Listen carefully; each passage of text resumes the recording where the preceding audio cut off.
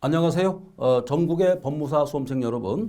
자, 부동산 등기법 첫 번째 시간이 되겠습니다. 자, 제가 오리엔테이션 시간에도 말씀드렸다시피 이 법무사 시험에 특히 2차 시험에서는 주관식 시험이기 때문에 이 작전을 좀 변경해야겠습니다. 자, 우리가 선택형 공부할 때는 우리가 눈으로 봐도 큰 문제가 없습니다. 그죠? 그렇지만은 2차 공부, 즉 논술식으로 나왔을 때는 직접 써봐야 되겠다. 이것을 제가 강조드리는 바입니다. 왜 그럼 아는 것과 우리가 직접 쓰는 것은 내용이 일치할 수도 있지만 일치가 안 되는 경우를 제가 흔히 봤습니다. 그래서 공부하는 방향을 다시 재정립해야겠다. 이런 말씀을 먼저 드리도록 하겠습니다. 자, 우리가 이제 부동산 등기 이렇게 돼 있는데요. 자, 그럼 부동산 등기 첫 번째 등기의 효력 이렇게 나와 있는데 이 부분은 시험에 나올 확률이 10% 정도밖에 안 됩니다. 그렇지만은 앞으로 전개될 여러 가지 테마에서 가장 기초가 되는 내용이기 때문에 이 내용을 우리가 알고 있어야겠다 이런 얘기죠. 다른 부분에서 우리가 직접 쓸 때, 서술할 때 이 내용을 조금씩 언급을 해줘야 되겠습니다. 그래야만이 어떤 뼈가 있을 때, 뼈대가 있을 때 살을 붙이는 그런 효과가 있다는 것이죠. 이런 부분을 우리가 숙지하면서 공부를 해야겠다. 가장 중요한 것은 의 부분이죠. 항상 주관식에서 볼 때는 의와, 그죠? 의와 목차가 매우 중요하다 이런 얘기죠.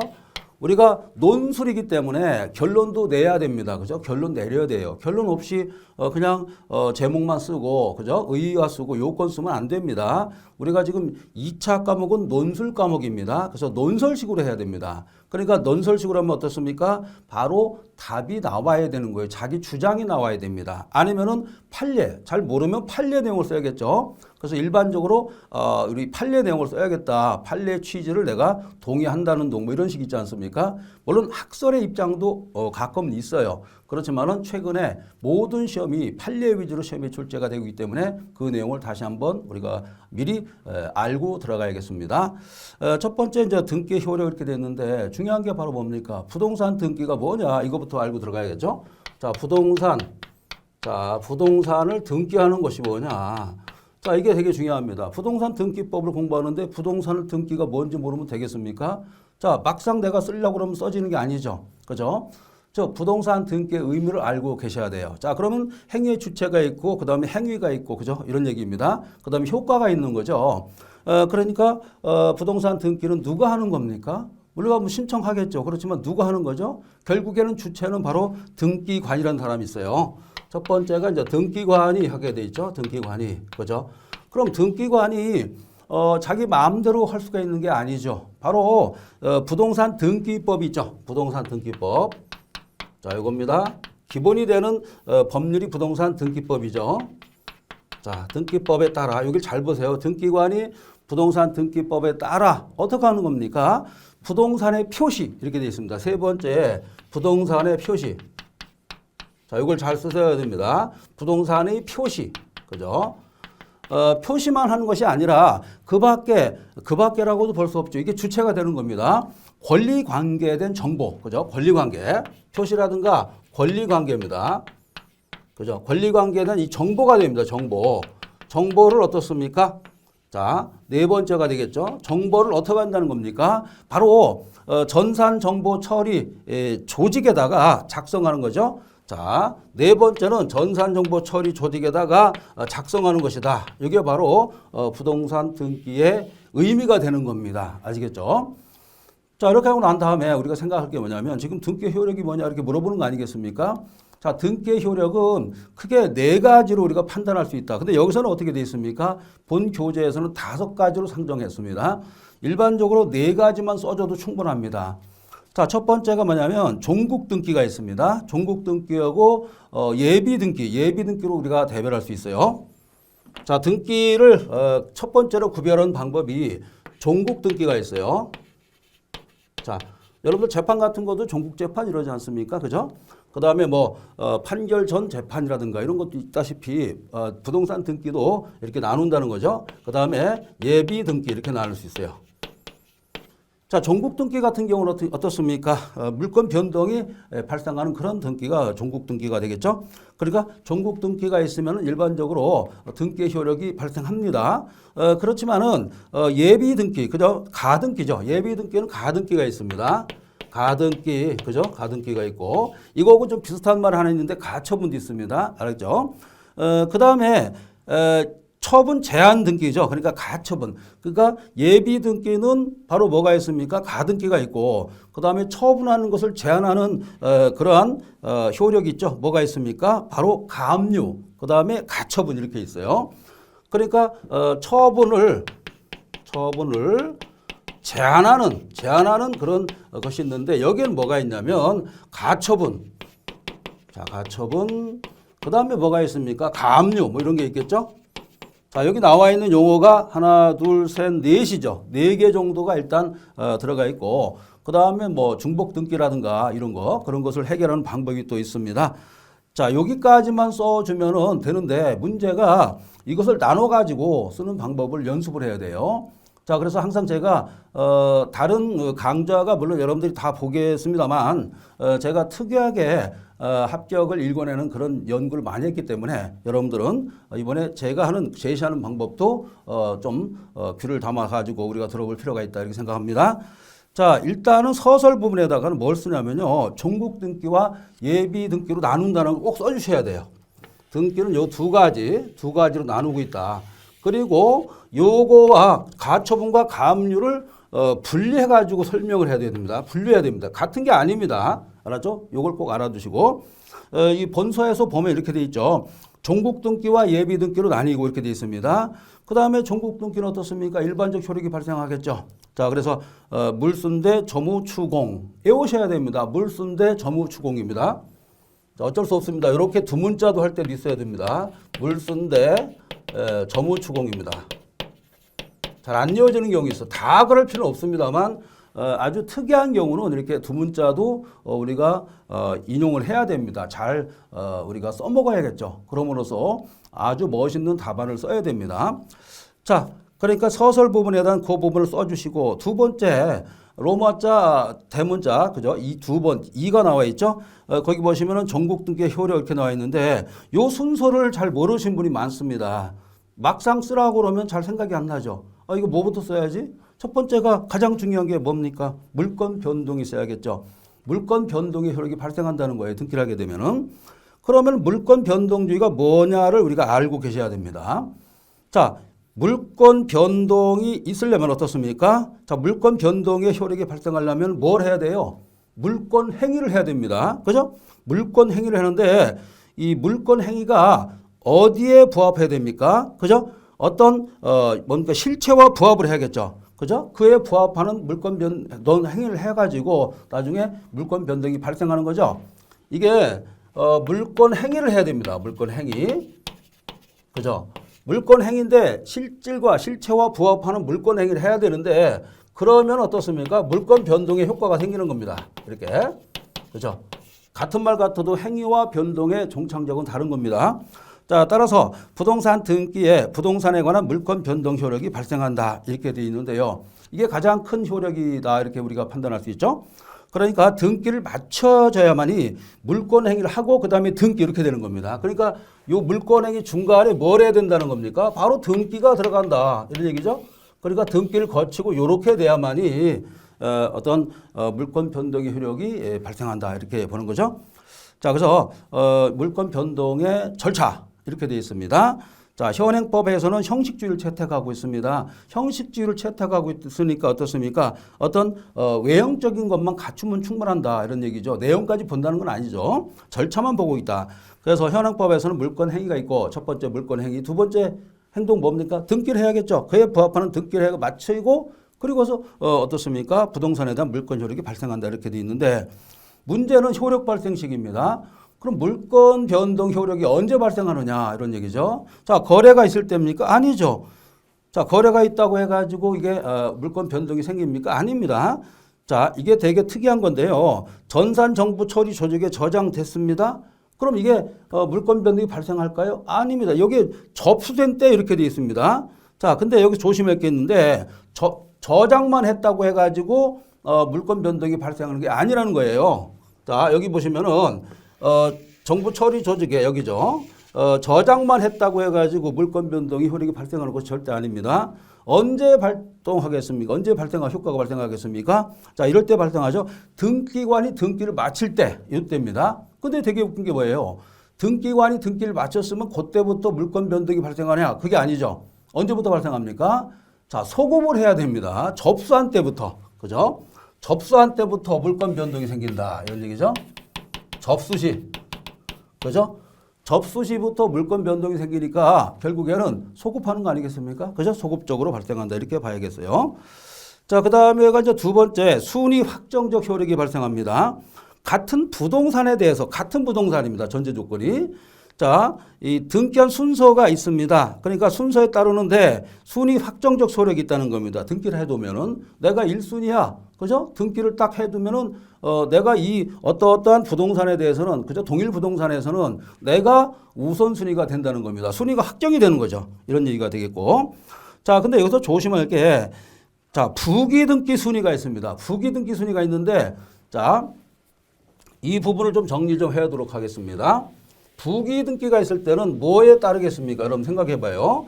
부기등기가 있고 그 다음에 부기등기에 어떤 전제가 되는 바로 뭐가 있습니까? 주등기 있죠. 부기등기 순위는 주등기에 따릅니다. 첫 번째 이 부기등기. 이 순위가 있습니다. 부기등기 순위는 뭐에 따릅니까? 주등기에 따른다 이런 얘기죠. 주등기. 요걸 좀 알아두시기 바라고. 요 얘기를 잘 써주셔야 돼요. 자, 그 다음에 두 번째가 같은 주등기에 관한 부기등기가 있습니다. 그러니까 부기등기 순위는 주등기에 따르는데 같은 주등기에 관해서 부기등기 상호 간에는 어떻습니까? 이런 얘기죠. 그 등기 순서에 따른다 이렇게 되어 있습니다. 아시겠죠? 같은 주등기에 대해서는 부기등기 순위에 따른다. 그 순위. 그러니까 같은 두 번째입니다. 같은 이 상황이 되겠죠. 같은 부동산이죠. 여기서는 부동산이라고 할게요. 부동산에 대해서 이 어떻습니까? 그러니까 같은 이 부동산에서는 부기등기 순서, 부기등기 순서입니다. 이 순위에 따라서 결정된다는 거죠, 그죠? 이 순서에 따라서 자, 이 두 가지를 잘 써주시면 되겠습니다. 자, 그 다음에가 이제 대항력이 나오는데, 자, 우리가 일반적으로 대항력 그러면 누구한테 대항력이 있을까? 바로 이 대항력 부분은 바로 누굽니까? 제3자죠, 제3자. 대항력 부분은 오로지 제3자입니다. 여기서는 제3자에 대해서 대항력을 갖는다. 이렇게 볼 수 있죠. 자, 그러니까 등기가 됐으면 제3자한테는 이 대항력을 갖는 거죠. 주장할 수 있다. 등기 사항을 주장할 수 있다. 이게 바로 대항력이 되겠죠. 등기 사항을 이게 되게 중요하죠. 주장할 수 있다. 이걸 써주셔야 돼요. 제3자한테 주장할 수 있는 것이 바로 대항력이다. 이렇게 답을 하시면 되겠습니다.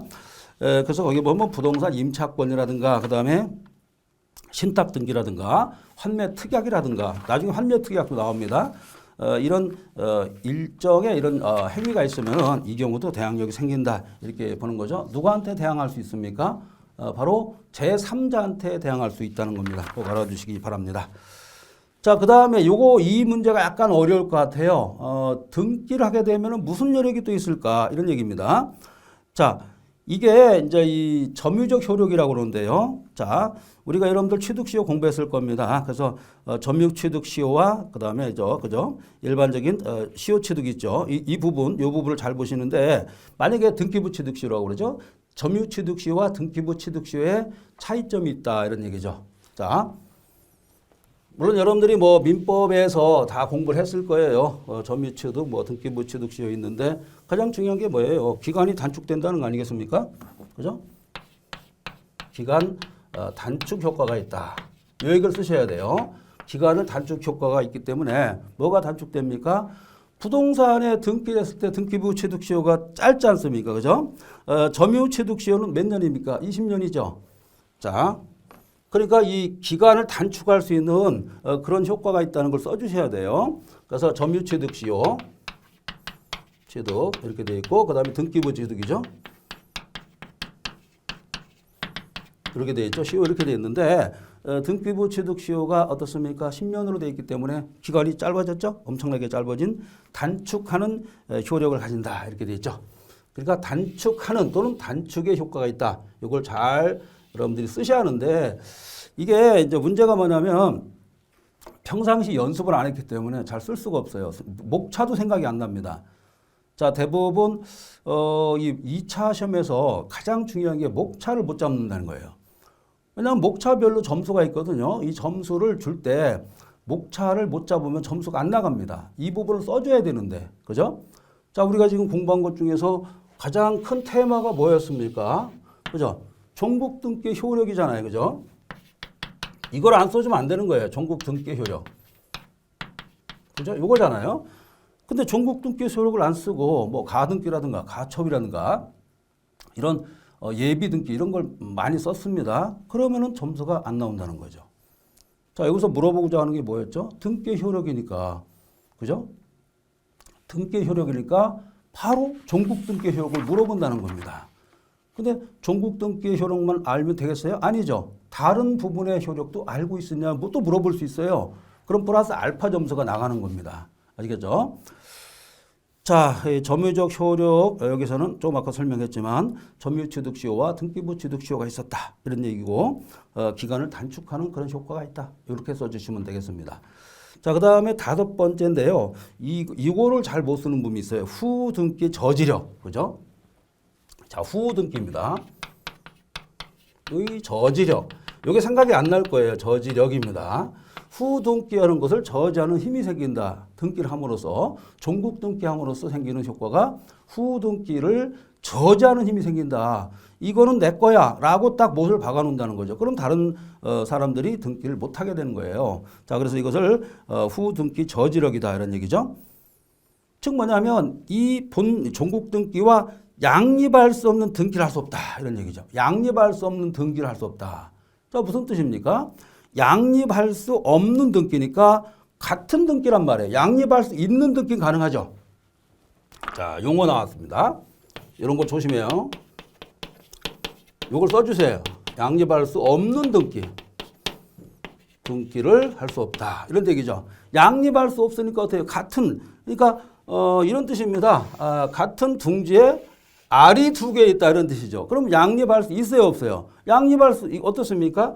이건 양립한다고 그러죠. 같으면 어떻습니까? 양립하는 것이 아니죠. 자, 여기 용어를 조심해 주세요. 양립할 수 없다 무슨 뜻입니까? 같다는 뜻입니다. 그죠? 중복적으로 이루어졌다. 이게 안 된다는 거죠. 만약에 양립할 수 있으면은 어때요? 가능하겠죠. 양립할 수 있으면 가능하고 양립할 수 없으면 어때요? 못하는 겁니다. 자, 포인트. 양립할 수 없는 등기를 할 수 없다. 자, 포인트 잡겠습니다. 요걸 써주셔야 돼요. 양립할 수 있느냐 없느냐. 자, 양립할 수 있다라는 뜻은 뭡니까? 요건 다르다는 뜻이죠. 다르기 때문에 이건 가능한 거예요. 그죠? 양립할 수 없는 건 못하는 겁니다. 이건 무슨 뜻이에요? 같다는 겁니다. 이런 뜻이죠. 포인트. 자, 꼭 알아두시고. 그 다음에가 이제 추정력이라는 부분이 생깁니다. 자, 이걸 보도록 하겠습니다.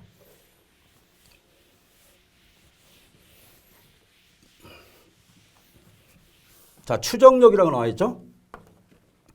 자, 추정이라는 개념이 있어요. 추정. 반대가 이제 간주잖아요. 그죠? 자, 이 추정력인데 이게 어디 가나 이게 항상 문제가 되는 겁니다. 추정력이잖아요. 그죠? 이렇게 돼 있고, 요건 간주예요. 이렇게 돼 있죠. 완전 용어가 다른 거예요. 그죠? 요것도 간주라고 쓰면 안 됩니다. 요것은 실체적, 그죠? 실체적 권리관계가 있다. 이걸 추정한다는 거 아닙니까? 절차적 권리관계가 아니고, 자, 실체적 권리관계. 자, 여러분들 생각해봐요. 실체적 권리관계다. 권리죠.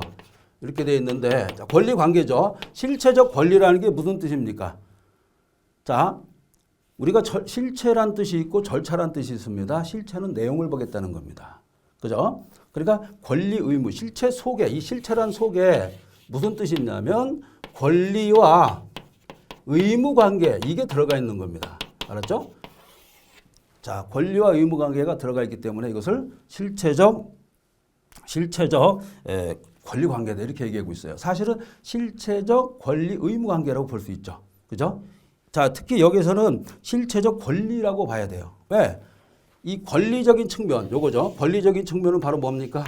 내가 등기를 했기 때문에 내가 주장할 수 있는 겁니다. 내가. 그죠? 그러니까 나의 권리입니다.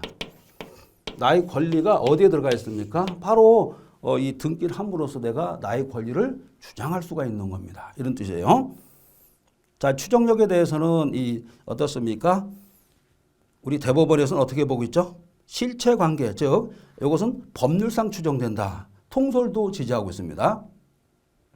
통솔과 판례가 법률상 추정 이렇게 되어 있죠?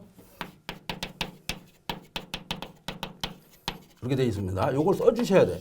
사실상 추정이냐 법률상 추정이냐 이게 매우 중요한 용어입니다. 간주는 아니라고 그랬죠. 추정된다. 법률상 추정된다고 그랬죠. 법률상. 자, 이렇게 꼭 알아두시고. 자, 그러면은 실체관계가 잘못되지 않았냐 또는 실체관계가 다르다고 주장했을 때는 누가 이 증명책임. 자, 조심할 게 있어요. 형사소송법이라든가 다른 법에서는 이걸 거증책임이라고 그래요. 자, 용어 정리. 예. 자, 이런 말을 많이 쓰죠. 바로 증거에 대해서 증명할 수 있는 자가 누구냐 이런 얘기입니다. 있는 자. 이것을 거증 책임이라고 그래요. 누가 증명해야 되느냐, 누가 입증을 해야 되느냐 이런 뜻인데 우리 부동산 등기법에서는 누가 증명 책임집니까? 이때는 용어가 달라요. 증명 책임 이렇게 되어 있습니다. 증명 책임. 다른 법에서는 거증 책임이라고 되어 있잖아요. 그런데 우리 부동산 등기법에서는 증명 책임 이렇게 되어 있다는 겁니다. 자, 이런 용어가 색다르게 지금 쓰이고 있다는 것도 꼭 숙지해 주시기 바랍니다. 자, 지금 부동산 등기법 첫 번째 시간이 되는 거예요. 자, 부동산 등기법에서는 용어 정리, 그 다음에 그 용어에 맞게끔 지금 서술을 해야 되는데 이게 처음 보는 거기 때문에 여러분들이 잘 쓸 수가 없어요. 자, 꽈락률이 얼마나 높습니까? 높아요. 여기서 와로로 무너질 수가 있습니다. 공든탑이 무너질 수가 있어요. 그래서 오늘 이 첫 번째 1강이기 때문에 1강부터 이 아주 뭡니까? 촘촘하게 공부를 해야겠다. 이렇게 우리가 주장할 수 있죠. 자, 그래서 증명 책임을 지게 된다. 누굽니까? 주장하는 자. 이렇게 되어 있습니다. 주장하는 자. 자, 형사소송이라든가 이쪽에서는 누가 이 증거 거증 책임지죠? 검사가 원고가 지는데 이때는 주장하는 자예요. 원고도 아닙니다. 주장하는 자. 그죠? 자, 무슨 뜻이냐면 상대방도 될 수 있죠. 원고도 될 수 있고, 그죠? 그렇지 않습니까? 피고도 될 수 있습니다. 소송이 걸렸다면은. 자, 왜 그러냐면 이 부동산 등기에 대해서는 법률상 추정하기 때문에 누가 주장하느냐가 중요한 거예요. 알겠죠? 자, 이것을 우리가 형식적 진실주의라고 하는데, 자, 형식적 진실주의라고 그래요. 자, 무슨 뜻이냐면 주장에 누가 더 주장에 타당성이 있는가 이걸 보죠. 자, 주장의 타당성.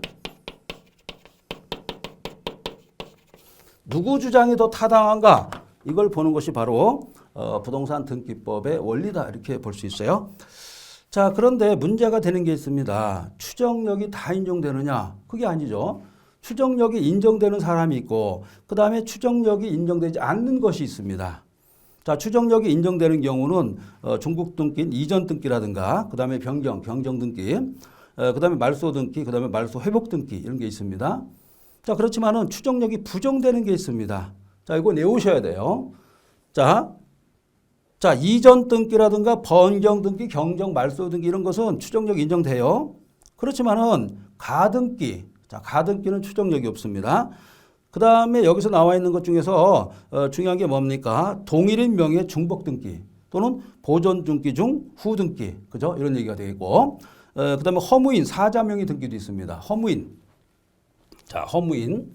죽은 사람에 대한 등기 어떻습니까? 추정력 없겠죠? 자, 사자. 그 다음에 허무인. 있지도 않은 사람이죠? 허무인에 대한 등기. 자, 보겠습니다. 허무인. 그 다음에 사자. 자, 허무인과 사자 의미 있어요? 없죠? 아무 의미 없습니다. 이런 사람에 대한 등기는 추정력이 부정된다. 이렇게 봐야겠고. 그 다음에 표제부 등기의 이런 내용에 대해서는 역시 추정력이 부정됩니다. 꼭 알아두시고. 자, 그 다음에 마지막으로 우리가 상정할 것이 바로 공신력이 되겠습니다. 공신력. 이 공신력이 우리 인정될까? 그죠? 공신력 인정됩니까? 이게 인정이 안 된다는 거죠. 자, 공시의 효과는 있다고 그랬죠. 그러나 공신력은 부정된다. 꼭 알아두시기 바랍니다. 다만 등기의 내용을 신뢰한 경우에 부동산 점유자는 선이고, 자, 선이 그 다음에 과실 없는 점유로는 추정이 됩니다. 자, 이런 얘기죠. 선이 그 다음에 무과실은 추정이 된다. 자, 꼭 알아두세요. 선의로 우리가 점유를 하고 있다. 그 다음에 무과실로 어떻습니까? 부동산을 점유하고 있다. 어떤 사람이 부동산을 점유하고 있을 때 그 사람은 선의입니다. 선의는 뭡니까? 악의에 반단 말이죠. 그죠? 악의는 뭡니까? 이미 알고 있어야 되는 거죠. 선의는 모르는 겁니다. 자기가 불법으로 나갔다는 것을 모르는 거죠. 자, 어떤 부동산을 점유하고 있습니다. 점유하고 있는데 A라는 사람이 점유하게 없어요. 근데 이 사람이 불법입니다. 근데 A라는 사람 개인적으로 봤을 때는 본인은 몰라요. 자기가 불법인지 모르고 있습니다. 그리고 무과실하게 점유하고 있습니다. 자, 이런 경우는 이 사람은 불법이 아닌 거죠. 그러니까 이 점유자, 지금 등기 내용을 신뢰한 부동산 점유자, 이 등기 내용에 대해서 신뢰 믿고 있습니다. 그리고 나서 점유하고 있었어요. 그럼 어떻습니까? 이 사람은 선이 무과실로 추정한다. 꼭 알아두세요. 선이 무과실로 추정한다. 이걸 꼭 써주셔야 됩니다. 꼭 알아두시고, 그 밖에 이제 가등기 효력을 좀 써주셔야 하는데, 자, 가등기는 두 가지죠. 자, 첫 번째가 뭡니까? 청구권 보전 가등기가 있어요. 민법에서 많이 공부하셨을 텐데, 가등기 종류는 두 가지가 있죠. 자, 청구권 보전. 이게 있고, 두 번째 뭐가 있습니까? 바로 담보 가등기가 있습니다. 이렇게 돼 있죠? 자, 청구권 보전에 뭡니까? 이 가등기는 본등기 전의 효력이라고 볼 수 있죠? 자, 그래서 이 가등기 자체는 바로 청구권 보전의 효력이 있다. 이렇게 답을 하시면 되겠고. 자, 그 다음에 본등기 후의 효력 이렇게 돼 있었죠? 자, 이때는 실효라든가 후수인으로 된다. 이 부분을 간단히 써주시면 되겠고요. 중간 처분 등기라는 게 있습니다. 이때는 어떻습니까? 실효되거나 또는 여기까지 쓰기 어려울 건데 이 내용까지 써주시면 상당히 좋죠. 그 다음에 후순위로 된다. 이렇게 알아두시고 문제는 이겁니다. 담보 가등기죠. 담보 가등기는 가담법입니다. 가등기 담보에 관한 법률에 따라서 이루어진 그런 이 권한이 되겠죠. 담보 가등기가 된다. 이렇게 볼 수 있죠. 이때는 담보 가등기의 핵심 포인트는 두 가지입니다. 첫 번째가 뭡니까? 바로 이 순위, 그죠? 우선 변제권이 있다는 거죠. 그죠? 우선 변제권을 행사할 수 있고, 두 번째 이거에 기해 가지고 어떻습니까? 목적물 어떻습니까? 만약에 어떤 자기의 어떤 채권을 담보받으려면 어떻습니까? 이때는 경매를 청구할 수 있어요. 이걸 써주셔야 돼요. 경매. 그리고 우선 변제권이 있는가, 그다음에 경매권이 있는가, 이걸 두 개를 써주면 되겠죠? 이런 방향으로 우리가 끌고 가야 돼요. 여기까지 써주면 이상이 없는 겁니다. 그죠? 이렇게 하면 점수가 여기서는 100점이 나오는 건데, 이것도 요구할 수가 있어요. 가압류라든가 가처분의 효력, 그 다음에 폐쇄등기 효력, 그 다음에 중복등기 효력 이렇게 나눌 수 있는데 여기까지 쓰기 매우 어려울 거예요. 자, 첫 번째가 가압류 가처분의 효력 이렇게 됐었죠. 자, 이것은 뭐 어떻습니까? 이 채무자는 이렇게 돼요. 채무자는 자, 그 밖에 일체의 처분을 금지하는 효력이 있다. 이렇게 돼 있죠. 채무자가 처분할 수가 없습니다. 자, 근데 문제가 뭐예요? 이 채무자와, 그죠? 채무자가 있고 제3취득자가 있을 때 이게 문제입니다. 자, 채권자가 있고 그 다음에 채무자가 있을 거죠. 채무자. 근데 채무자 말고 이 부동산에 대해서 제3취득자가 있다는 거예요. 취득자. 이런 사람이 있을 때 그럼 이 둘의 관계, 채무자와 제3취득자는 이 법률 관계가 유효할까요? 무효일까요? 자, 제3취득자와 그 다음에 채무자의 관계는 법률상 유효합니다. 꼭 알아두시기 바라고. 마찬가지입니다. 가처분 등기도 똑같은 법리가 적용되고요. 다음으로 폐쇄 등기의 효력이 있습니다. 자, 폐쇄 등기 어떻습니까? 자, 등기 효력이 인정될까요? 안 됩니다. 그러나 예외가 있죠. 착오라든가 그다음에 유루란 말을 쓰고 있습니다. 누락이란 말 안 쓰고 유루. 자, 용을 써야겠죠. 유루됐을 때는 가능하다. 이렇게 답을 하시면 되겠고 다음으로 저 중복 등기를 써주셔야 돼요. 그러니까 순서가 이렇습니다. 가압류, 가처분, 폐쇄, 그다음에 중복 등기. 이 중복 등기는 어떻습니까? 원래 1부동산 1등기주의죠. 그렇죠? 1부동산 1등기주의인데 자, 동일한 부동산에 대해서 2개 이상의 등기 기록이 중복해야 맞춰졌습니다. 이런 얘기예요. 이게 바로 뭡니까? 중복 등기가 되겠죠? 이때도 나눠서 판단해야 된다. 등기 면이 동일일 때하고 같은 사람, 그 다음에 다른 사람이 있습니다. 이런 뜻이죠. 같은 사람, 등기 명인이 같을 때는 어떻습니까? 언제나 선보존 등기가 유효하다. 후보존 등기는 무조건 무효입니다. 요걸 써주시고 다음으로 등기 면이 다를 경우가 있어요. 다를 경우 어떡합니까? 자, 다를 경우 좀 생각을 해봐야 돼요. 선보존 등기가 이거 조심해요. 원인 무효가 되지 않는 한 그 원인 무효가 되면은 어떻습니까? 후 등기가 유효하겠죠. 후 보존 등기가. 그러나 원인 무효가 되지 않는 한 후 보존 등기는 무효이다. 이게 대법원 판례 입장입니다. 즉 뭐예요? 자, 우리가 무효로 하긴 하는데 전제 조건이 있다는 겁니다. 선 보존 등기가 원인 무효가 돼야만이 그죠? 원인 무효가 되면 후에 했던 그 등기는 유효하겠죠. 그러나 원인 무효가 아니라면 자, 후 보존 등기는 무효이다. 이렇게 답을 꼭 쓰셔야 돼요. 자, 이 대법원 판례와 자, 부동산 등기법은 대법원 판례 입장이 많이 등장합니다. 그 다음에 법률 용어를 꼭 여러분들이 숙지를 해야 돼요. 알겠죠? 지금부터라도 여러분들 하루에 57개 정도 되니까 자, 부동산 등기법이 이 과락을 제일 많이 받는 게 이거예요. 그래서 이 부분을 그동안 공부하는 방법 말고 새로운 방법, 패러다임으로 접근해야만이 좋은 고득점을 맞을 수가 있습니다. 지금 이 순간에 고생을 해야 나중에 희망을 바라볼 수 있고 영광의 나날이 다가오는 겁니다. 아시겠죠? 자, 첫 번째 시간이었습니다. 다음 시간에는 여러분들 등기 추정력, 조금 아까 공부했던 내용에 대해서 다시 한번 언급을 하고 구체적인 사항을 살펴보도록 하겠습니다. 여러분들 수고하셨습니다.